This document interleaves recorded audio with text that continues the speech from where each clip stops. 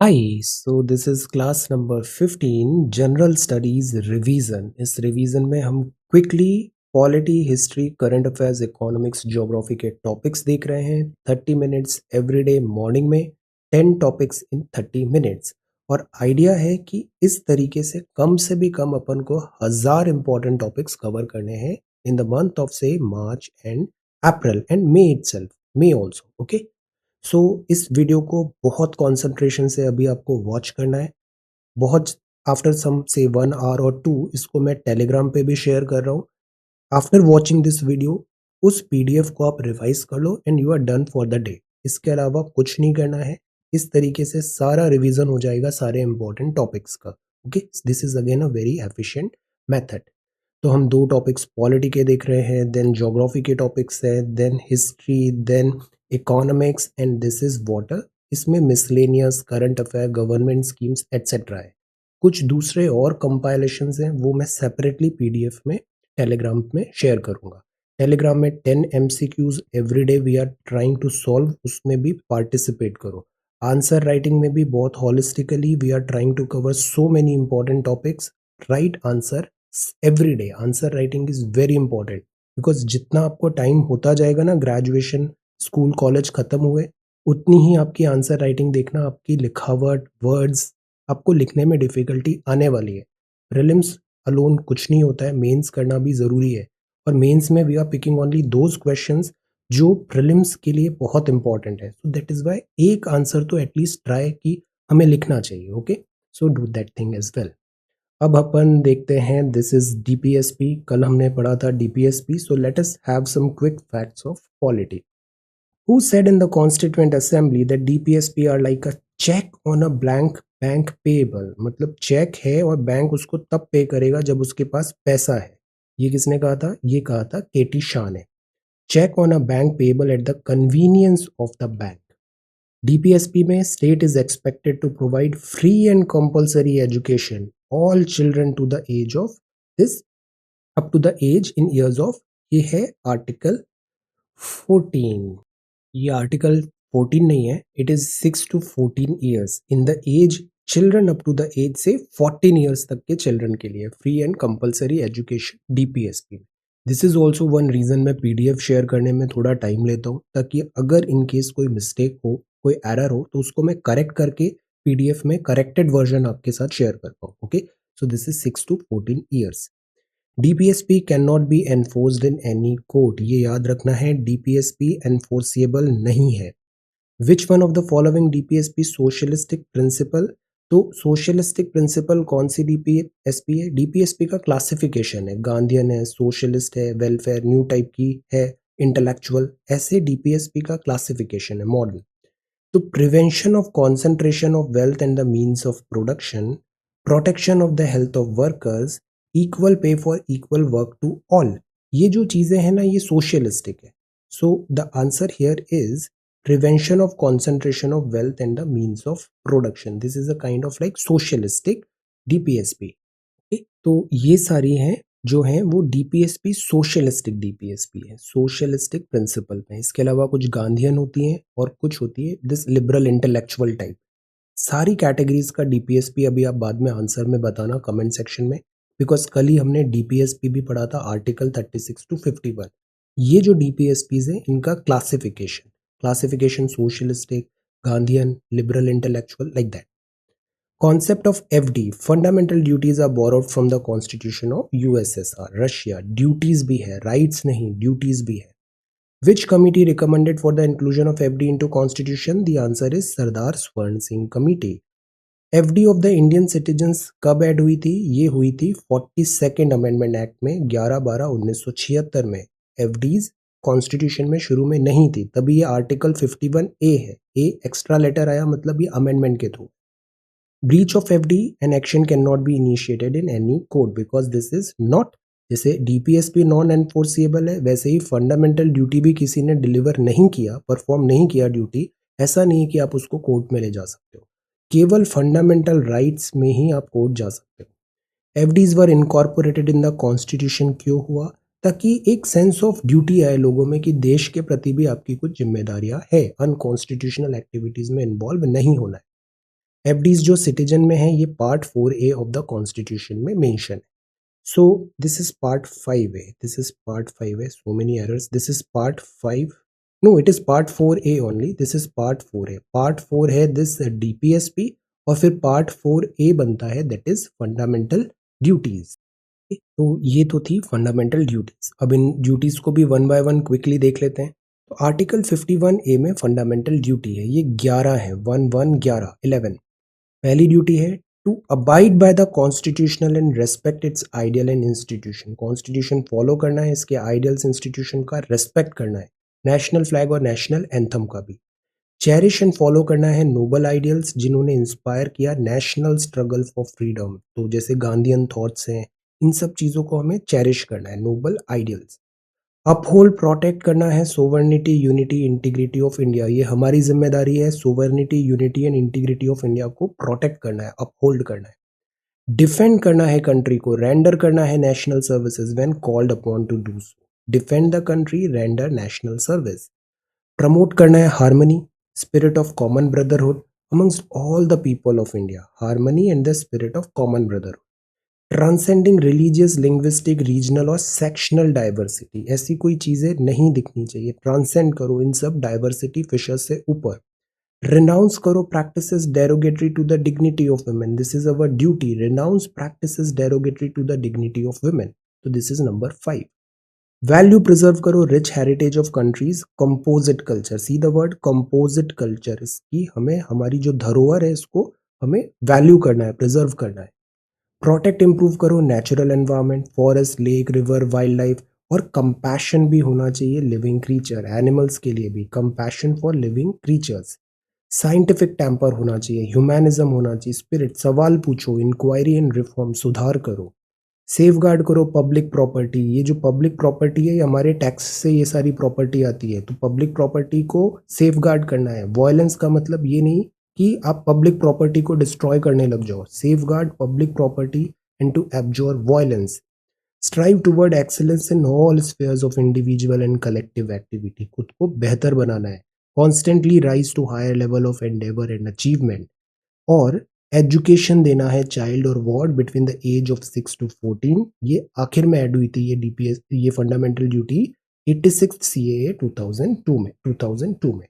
तो ये 11 हमारी हैं फंडामेंटल ड्यूटी. कॉन्स्टिट्यूशन का रेस्पेक्ट करो, फॉलो करो नोबल आइडिया फ्रीडम स्ट्रगल के, सोवर्निटी यूनिटी इंटीग्रिटी सुप्रीम है, कंट्री को डिफेंड करो, नेशनल सर्विस दो, हार्मनी कॉमन ब्रदरहुड होना चाहिए, religion, linguistic, regional, sectional diversity से ऊपर उठना है. जो प्रैक्टिसेस डेरोगेटरी है डिग्निटी ऑफ वुमेन को, उसको नहीं करना है. रिच हेरिटेज पे प्राउड करना है, वैल्यू करना है, नेचुरल एनवायरनमेंट, एनिमल्स को भी रेस्पेक्ट देना है, साइंटिफिक टेम्पर होना चाहिए, पब्लिक प्रॉपर्टी को डैमेज नहीं करना है, वायलेंस की कोई जगह नहीं है, इंडिविजुअली राइज करना है और बच्चों को पढ़ाना है. ये 11 ड्यूटीज़ है. ओके, तो ये तो हो गया पॉलिटी. अब हम देखते हैं नॉर्दर्न प्लेन के बारे में. तो कल हमने देख ली थी जो कैसे प्लेन फॉर्मेशन हो रहा है, खादर, भांगर एट्सेट्रा. नॉर्दर्न प्लेन क्या है, ये जो है ना, ये इंडस रिवर से जैसे स्टार्ट हो जाता है. भांगड़ है यहाँ पे, ओल्ड एलुवियम, और धोरोज, ढांस, ये इंपॉर्टेंट फीचर्स हैं. जियोमॉर्फोलॉजी, लैंडफॉर्म्स हैं. ये जो धोरोज होते हैं ये डिप्रेशन होते हैं, जो रिवर्स जा रही थी उसके डिप्रेशन से बना. और जो ढांड है, ढांड होती है अल्कलाइन लेक, अल्कलाइन लेक. तो ये मिलते हैं नॉर्दर्न प्लेन में, काफ़ी मिलते हैं धोरोज और ढांड्स. भांगर यहाँ पे ज़्यादा है, old alluvium, west of Indus. ये पूरा नॉर्दर्न प्लेन है. पहला पार्ट इसका ये है. फिर पंजाब हरियाणा में आते हैं. ये आता है ग्रेट इंडियन थार डेजर्ट, इधर है, इसके ऊपर की तरफ है.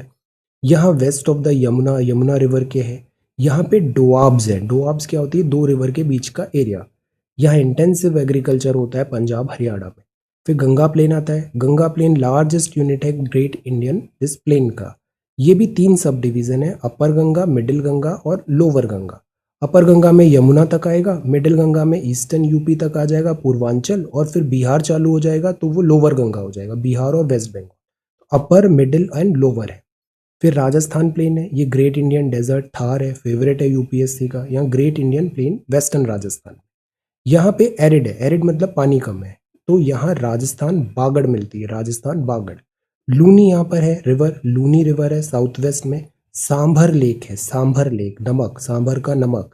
कुछामन और दिदवाना यहाँ पे, दिदवाना के टेम्पल्स भी है, तो दिदवाना लेक भी है यहाँ पे, कुचामन और दिदवाना, ये सब लूनी रिवर के आसपास है। लूनी रिवर कहाँ है? राजस्थान में। ब्रह्मपुत्रा प्लेन एक है, ब्रह्मपुत्रा नॉर्थ ईस्ट में आ गए, तो ये ब्रह्मपुत्रा का है। जैसे ही ब्रह्मपुत्रा प्लेन में आती है, ये फ्लैट एक पूरा लैंड है, बहुत बड़ा फ्लैट प्लेन है ये। तो ईस्टर्न हिमालय अरुणाचल से ये चालू हो जाता है। पटकई नागा हिल्स ईस्ट में, गारो खासी जयंतिया भी है, मिकिर हिल्स भी है। ये सब पूरा प्लेन आता है इंडो बांग्लादेश में और फिर गंगाटिक प्लेन से मिल जाता है, तो दिस इज ब्रह्मपुत्रा प्लेन। तो कौन कौन से प्लेन्स है इंडिया में? एक तो नॉर्दर्न प्लेन है जो कहाँ पर? इंडस रिवर के इधर। देन इसके बाद पंजाब हरियाणा है, फिर गंगा का प्लेन है, अपर मिडिल लोअर राजस्थान का प्लेन है और ब्रह्मपुत्रा का प्लेन है। ये है प्लेन्स ऑफ इंडिया। अब इसी तरीके से पेनिनसुलर है। पेनिनसुलर मतलब दिस इंडिया, पेनिनसुलर मतलब three side water, this is peninsular India. 16 lakh square kilometre का है, ह्यूज है, इंपॉर्टेंट फिजियोग्राफिक डिवीजन है इंडिया का पेनिनसुला। ये एंशियंट गोंडवाना लैंड भी कहते हैं, ट्रायंगुलर इन शेप है। इसका एलिवेशन 600 से 900 मीटर है, इरेगुलर है, ट्रायंगल जैसा है। Delhi ridge in the west and Rajmahal in the east, जैसे ये प्लेन है, Delhi ridge in the west और Rajmahal hills in the east. ये नॉर्दर्न पोर्शन में है, गंगा यमुना के नीचे फिर ये स्टार्ट हो जाता है। यहाँ इंपॉर्टेंट है, जैसे अरावली नॉर्थ वेस्ट में, इधर अरावली आ जाती है। हजारीबाग राजमहल कहाँ पर है? दिस इज बिहार तरफ, राजमहल नॉर्थ ईस्ट में आता है। फिर वेस्टर्न घाट्स यहाँ पर है और ईस्टर्न घाट्स यहाँ पे। तो ये जो ऐसा ट्राइंगल बन रहा है ना, इसको बोला जा रहा है दिस पेनिनसुलर प्लेटू। इधर अरावली, इधर राजमहल, इधर ईस्टर्न घाट और इधर वेस्टर्न घाट। तो ये जो पार्ट ऑफ इंडिया है, this is called peninsular plateau. Aravalli, Rajmahal और दिस वेस्टर्न एंड ईस्टर्न घाट। ये भी सेवरल पार्ट्स में है, सेंट्रल हाईलैंड है, डेक्कन है, ईस्टर्न प्लेटू है, वेस्टर्न ईस्टर्न घाट है, इसके डिवीजन है। वन बाय वन देखते हैं। सेंट्रल हाईलैंड कहाँ पर है? ये ऊपर राजस्थान एमपी इधर होगा, मध्य भारत की तरफ। ये बुंदेलखंड के तरफ होगा, नॉर्थ में है। ये अपर मोस्ट बाउंड्री है डेक्कन की। अरावली है इसके वेस्ट में, सतपुड़ा है इसके साउथ में। अरावली का गुरु शिखर इसकी हाईएस्ट पीक है और mount Abu only hill station है राजस्थान का। गुरु शिखर, ये चीज भी अभी पूछा गया था, अभी प्रीलिम्स 2020 में भी आया था, Mount Abu being the only hill station of Rajasthan. Aravalli है, गुरु शिखर 1722 मीटर हाईएस्ट पीक। तो ये तो ऊपर का पार्ट हो गया सेंट्रल हाईलैंड। फिर विंध्यान रेंज आती है, यहाँ नर्मदा सोन रिफ्ट है, ईस्ट वेस्ट वाटर शेड है गंगा सिस्टम का। South India northern boundary of Deccan बनाता है। तो ऊपर यहाँ पर सेंट्रल हाईलैंड आया, फिर ये विंध्यान रेंज आ जाती है। ये नर्मदा सोन रिफ्ट वैली के है। रिफ्ट ये एस्कार्पमेंट है ट्रेंडिंग ईस्ट वेस्ट। एक्चुअली क्या होता है रिफ्ट वैली में, जैसे बीच का जो एरिया है वो नीचे थोड़ा धंस गया है, तो इसीलिए ज्यादातर वाटर डिवाइड देखा ना अपन ने, ज्यादातर रिवर बे ऑफ बंगाल जा रही है, बट नर्मदा जो है वो इधर जाती है, Narmada and Tapti towards this Arabian sea जाती है। तो ये एक विंध्यान रेंज आता है। फिर इसी तरीके से सतपुड़ा रेंज आती है। सतपुड़ा रेंज भी कहाँ पर है? नर्मदा नॉर्थ में और ताप्ती साउथ में। तो नर्मदा के नीचे सतपुड़ा रेंज है। नर्मदा नॉर्थ में है और ताप्ती साउथ में है। इधर धूपगढ़ है, धूपगढ़ है यहाँ का पचमढ़ी में हाईएस्ट पीक, अमरकंटक में। ईस्टर्न प्लेटू, ईस्ट मतलब टुवर्ड्स ईस्ट जा रहे हैं अपन बिहार तरफ, छोटा नागपुर प्लेटू, मेघालय प्लेटू। मेघालय है ना, ये भी डेक्कन का ही एक्चुअली पार्ट है। बीच में मालदा फॉल्ट आ गया तो ये लगता है डिसजॉइंटेड है, बट एक्चुअली में this is a part of Deccan. यहाँ दंडकारण्य है छत्तीसगढ़, छोटा नागपुर प्लेटू है, दामोदर, सुबर्णरेखा, बराकर और कोयल रिवर है नॉर्थ एंड साउथ कोयल, ये ईस्टर्न प्लेटू में। ये पूरा डेक्कन का पार्ट है। दामोदर जो है ये भी दो पार्ट में जैसे डिवाइड कर रही है। नॉर्दर्न पार्ट हजारीबाग हो गया, सदर्न पार्ट रांची प्लेटू हो गया, और यहाँ पे पारसनाथ है, पारसनाथ हाईएस्ट पीक है। फिर मेघालय प्लेटू आता है, this is also part of this. ये बीच में मालदा फॉल्ट के कारण डिसजॉइंटेड है, but actually this is a part of this Deccan. तो यहाँ गारो खासी जयंतिया हो जाती है, मिकिर और रेंगमा हिल है, शिलोंग है यहाँ पे, नोकरेक है यहाँ पे, Nokrek biosphere and all, Garo hills भी यहाँ की हाईएस्ट है। तो ये मेघालय हो गया। फिर सह्याद्री, तो अपन देखो इधर तो पूरा कवर कर लिया, अब साउथ में चलते हैं। साउथ में मतलब अब अपन ये western Ghats and this eastern Ghats देखते हैं। तो सह्याद्री क्या है? वेस्टर्न घाट है। सह्याद्री गुजरात से चालू हो जाता है, वेस्टर्न घाट याद रखना है, नंबर ऑफ स्टेट्स पूछा गया था। एंटायर रीजन ऑफ कर्नाटका ऐसे करके डेक्कन लावा रीजन है सह्याद्री, वेस्टर्न घाट। कर्नाटका प्लेटू भी है यहाँ पे। यहाँ पे मालनद मैदान होते हैं, मालनद मैदान जिसको बोला जाता है मालनद। अभी टेलीग्राम पे क्विज पूछा था Malnad. North south parallel direction में ऐसे ही ये चल रहा है, Tapi valley to this Kanyakumari तक चल रहा है। सो ये जो वेस्टर्न घाट्स हैं, ये तापी यहाँ पे आया गुजरात से लेके वेस्टर्न घाट कन्याकुमारी तमिलनाडु तक। तो क्वेश्चन था वेस्टर्न घाट्स किन सारे स्टेट्स में स्प्रेड है। आंसर यहाँ पे अन्नामुडी है, मन्नामाला है, टोडा बेटा है, बाबा बुदनगिरी है और कुदेरमुख है। बुदनगिरी एंड कुदेरमुख ये इंपॉर्टेंट पीक्स है। तो ये हो गया आपका वेस्टर्न घाट। ईस्टर्न घाट इधर आ जाता है। ईस्टर्न घाट में ये इस तरफ है, आंध्रा उड़ीसा, इधर ईस्टर्न घाट्स होगा। ये थोड़ा ब्रोकन है, ईस्टर्न घाट्स इतना एलिवेशन नहीं है जितना वेस्टर्न घाट का है। महानदी उड़ीसा वैगई रिवर यहाँ पर है। नॉर्दर्न पार्ट में Mahanadi and Godavari, between Mahanadi and Godavari ये माउंटेन यहाँ पर है। इधर एक है जिंदा गढ़ा पीक जो इसकी हाईएस्ट पीक है। तो ये क्या हुए, ये हुए हमारे these are peninsular plateau. Peninsular में Central Highland, Vindhyan, Satpura, Eastern Plateau, Meghalaya, Sahyadri और ईस्टर्न घाट। इसको एक बार क्विकली इस वीडियो के बाद एक बार गो थ्रू कर लेना, सब याद हो जाएगा, इंपॉर्टेंट सारा कंसाइज यहाँ पर है। अब आते हैं अपनी ये सीरीज जो है दैट इज जो Britishers governor general and viceroy. Northbrook पे अपन आ गए हैं 1872। तो इसी टाइम पे ज्योतिबा फूले जी ने लॉन्च किया सत्य शोधक समाज महाराष्ट्र में। ये किस लिए था, ये था कास्ट सिस्टम को दूर करने के लिए, अनटचेबिलिटी। ड्रामेटिक परफॉर्मेंसेस एक्ट 1876 आया। कुका रेबेलियन हुआ पंजाब में। अफगानिस्तान में ही was resigned over, Afghanistan question solve हुआ नहीं था। अफगानिस्तान को वैसे भी ग्रेवयार्ड ऑफ एम्पायर बोलते। Trial of Gaekwads of Baroda भी यहाँ पे हुआ। तो this is Lord Northbrook. Then Lord Lytton आता है, वेरी फेमस। ग्रेट फेमाइन 76-78 का हुआ। मैक्सिमम आईसीएस सिविल सर्विसेज की एज 21 से 19 कर दिया। इस पे बहुत ज़्यादा अप्रोर हुआ कि एज कम हो गया, 19 साल में कट ऑफ कम, मतलब 19 मैक्सिमम एज लिमिट हो गया आईसीएस का, जबकि अभी 21 से तो स्टार्ट होता है, तो वो 19 कर दिया maximum age. Famine commission under starchy आता है यहाँ पे, famine commission starchy. Deccan agrarian relief act पास होता है। वर्नाकुलर प्रेस एक्ट होता है। आर्म्स एक्ट होता है। सेकेंड एंग्लो अफगान वॉर होता है। दिल्ली दरबार होता है, बहुत क्रिटिसिज्म होता है इसमें, बिकॉज एक तरफ तो फेमाइन चल रहा है और यहाँ पे इतना ज़्यादा पैसा खर्च हुआ। Royal titles queen Victoria empress of India बताई जाती है। तो ये हुआ लॉर्ड लिटन। अब ये है Ripon. Ripon first factory act 1881 लेके आए। नेगोशिएबल इंस्ट्रूमेंट एक्ट 1881 आया। वर्नाक्युलर प्रेस एक्ट जो पहले आया था उसको रिपील किया। तो लिबरेटर ऑफ प्रेस कौन हुआ, रिपन। हिल्बर्ट बिल में कंट्रोवर्सी है। पंजाब यूनिवर्सिटी बनेगी, लोकल सेल्फ गवर्नमेंट बनेगी। एजुकेशन कमीशन विलियम हंटर के टाइम का आएगा, ये भी इंपॉर्टेंट है, William Hunter education commission. Census, पहला सेंसस होगा दिस कंप्लीट होगा। Father of local self government भी रिपन को कहा जाता है 1882। रिपन का टेन्योर बहुत इंपॉर्टेंट है, इन 5-6 चीज़ों से पॉइंट से बहुत सवाल आए, दीज आर इंपॉर्टेंट। फिर डफरिन है, डफरिन डफर होता है। तो formation of Indian national Congress हुआ। बंगाल टेनेंसी एक्ट आया। आईएनसी को इसने बोला माइक्रोस्कोपिक माइनॉरिटी, डफरिन ने कहा, इसीलिए ये डफर था। INC was called this. Third Anglo Burmese war 1885 में हुआ। तो ये था डफरिन। इंडियन नेशनल कांग्रेस का पहला प्रेसिडेंट कौन था, answer first president of Indian national Congress जो 1885 में बनी थी। देन लैंड्सडाउन होता है। इंडियन काउंसिल एक्ट 1892 होगा, ये अच्छा काम हुआ। Age of consent act in which the marriage of below 12 year girls is prohibited. आज की डेट में मिनिमम एज कितनी होनी चाहिए लड़की की फॉर मैरिज, आंसर ये 12 हुआ। अभी इसको धीरे धीरे अपन इंक्रीज करेंगे। फैक्ट्री एक्ट 1891 में हुआ। डुरंट कमीशन बना इंडिया अफगानिस्तान का। तो ये सारे हैं Northbrook, Lytton, Ripon, Dufferin, Lansdowne. आगे और कंटिन्यू करते हैं। अब एल्गिन आता है। फेमाइन एक्ट आया 1896 का। रामकृष्ण मिशन बनाएंगे स्वामी विवेकानंद जी एट बेलूर मठ। सांथल अपराइजिंग होगा, मुंडा अपराइजिंग होगा 99 में। आयल कमीशन होगा आफ्टर फेमाइन, फेमाइन पे लायल कमीशन। प्लेग स्प्रेड होगा बॉम्बे में और असैसिनेशन चपेकर ब्रदर यहाँ पे ट्राई किए जाएंगे। So this is Elgin, Lord Elgin 1899। अब का टाइम है बहुत इंपॉर्टेंट है मॉडर्न हिस्ट्री में, बिकॉज अब आ गया 1905। 1905 से 1947 इज वेरी वेरी इंपॉर्टेंट, क्योंकि यहाँ पे आ गया है कर्जन, कर्जन कर्ज करेगा ये। इंडियन फेमाइन ऑफ 1899-1900 फेमाइन आया। पार्टीशन ऑफ बंगाल, और वो भी किस पे, डिवाइड एंड रूल। तो that is why Lord Curzon was a कर्ज, पार्टीशन ऑफ बंगाल, और ये कर्ज फिर आगे कंटिन्यू होगा।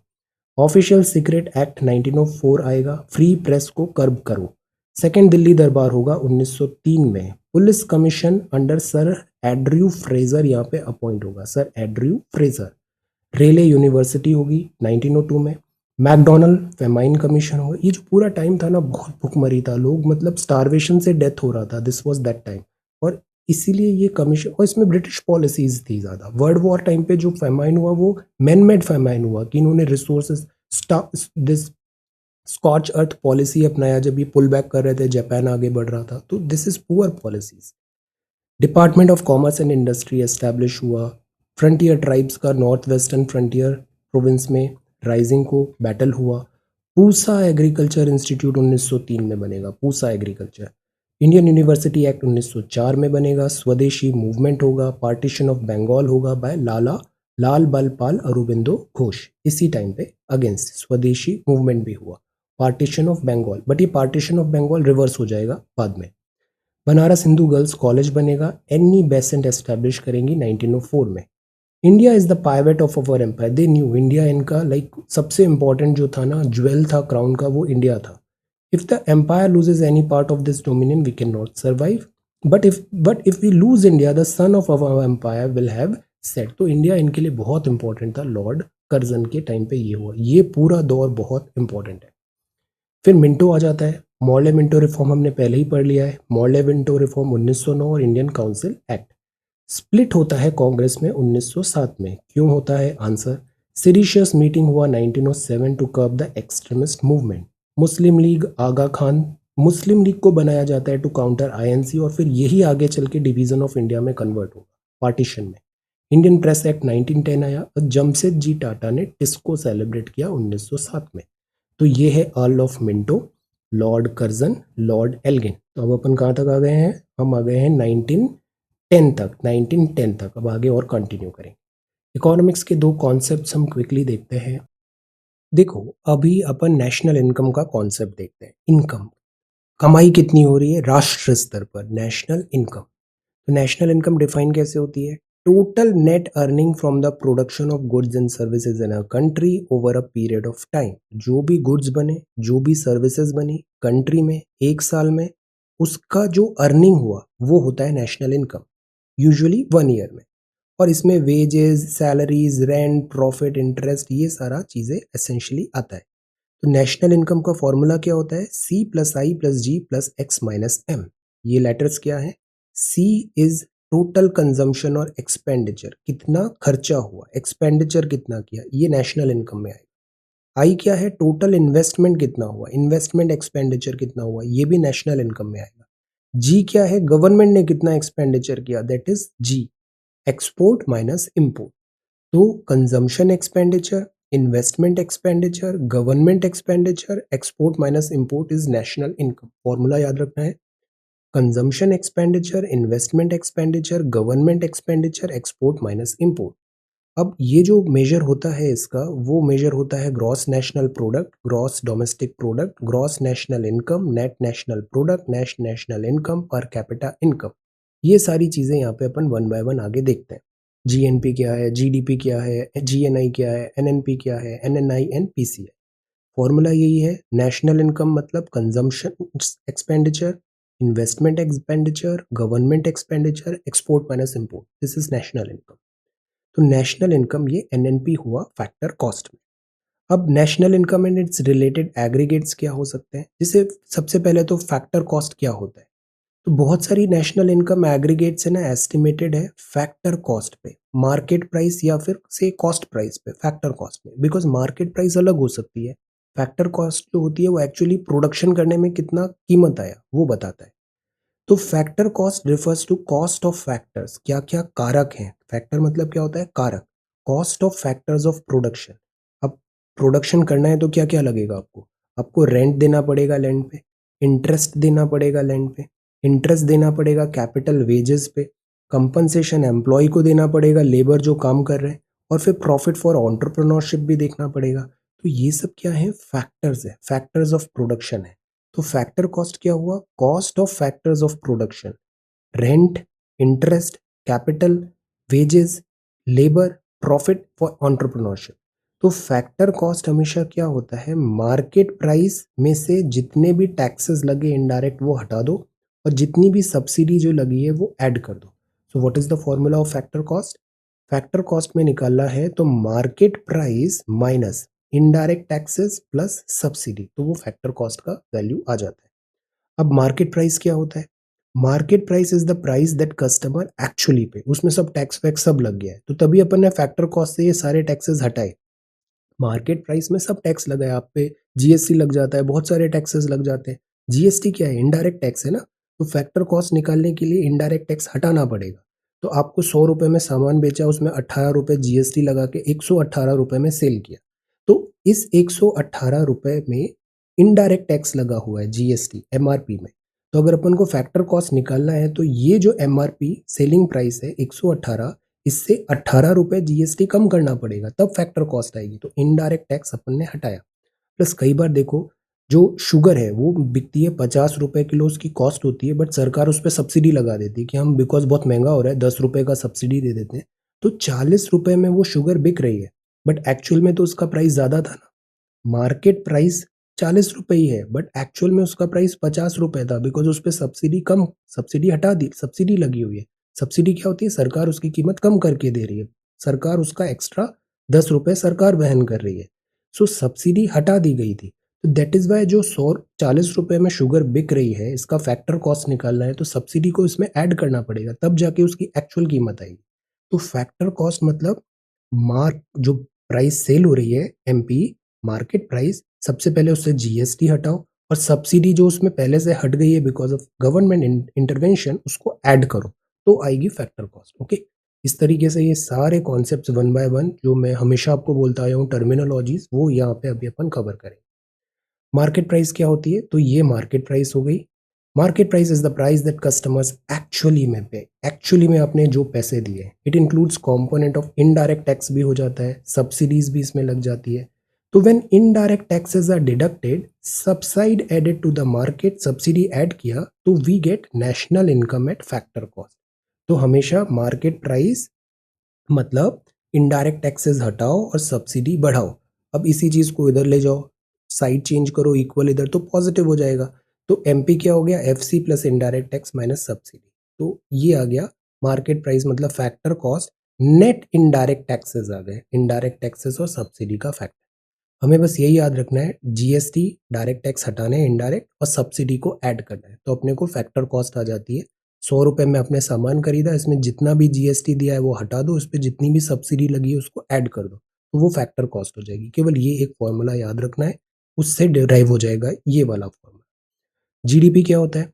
Gross domestic product. It is the monetary value of all the final goods and services produced with the countries border in a specific time. Keywords क्या है? Monetary value, final goods, services, country की border के अंदर, इन a specific time, से एक साल में, country की बॉर्डर के अंदर एक साल में final value monetary goods and services की, वो होती है जीडीपी। जीडीपी का फॉर्मूला सी प्लस आई प्लस जी प्लस एन एक्स। सी क्या है? कंजम्पशन, आई क्या है? इन्वेस्टमेंट, जी क्या है? गवर्नमेंट का एक्सपेंडिचर, और एन एक्स क्या होगा? Net export, net export. तो GDP at factor cost and market price क्या हो जाएगी? जीडीपी अगेन ये ऊपर वाला ही फॉर्मूला रीयूज कर रहे हैं यहाँ पे। मार्केट प्राइस है तो जीएनपी में से अपन ने ये हटा दिया, net product, GNP MP minus export minus import. Then इसके बाद जीडीपी फैक्टर कॉस्ट में निकालना था, तो GNP factor cost minus this export minus import, X is export M is import, तो वो मतलब नेट आ गया, gross net national product. Okay, तो ग्रॉस डोमेस्टिक प्रोडक्ट, नेशनल जब भी निकालना होता है तो एक्सपोर्ट माइनस इंपोर्ट कर देते हैं। तो जीडीपी, जीडीपी में नेशनल वगैरह सब इंक्लूडेड है।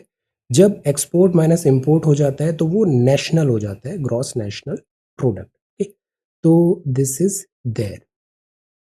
तो हमने कॉन्सेप्ट क्या क्या समझ लिया? जीडीपी क्या होता है, मार्केट प्राइस, फैक्टर कॉस्ट क्या होता है, टैक्सेस, इनडायरेक्ट टैक्सेस, सब्सिडी का कैसे रिलेशन हो रहा है, एक्सपोर्ट इंपोर्ट। अब एक होती है नॉमिनल जीडीपी। नॉमिनल जीडीपी क्या होती है? Market value of all final goods and services produced within the country. Market value है, money value, market value. Real GDP क्या होती है? ये एडजस्टमेंट होती है, nominal GDP into an index of quantity of total output. तो it measure करती है value of output economy adjusted for price changes. That is why ये एक्चुअल में चीज होती है। नॉमिनल जो होती है वो एट टाइम्स करेक्ट पिक्चर नहीं दिखाती।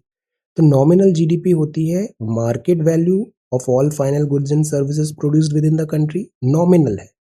रियल जो है वो एक्चुअल में लगी वो वाली रियल। एडजस्टमेंट है इसमें, transforms the nominal GDP into an index of quantity of total output, adjusted real में है।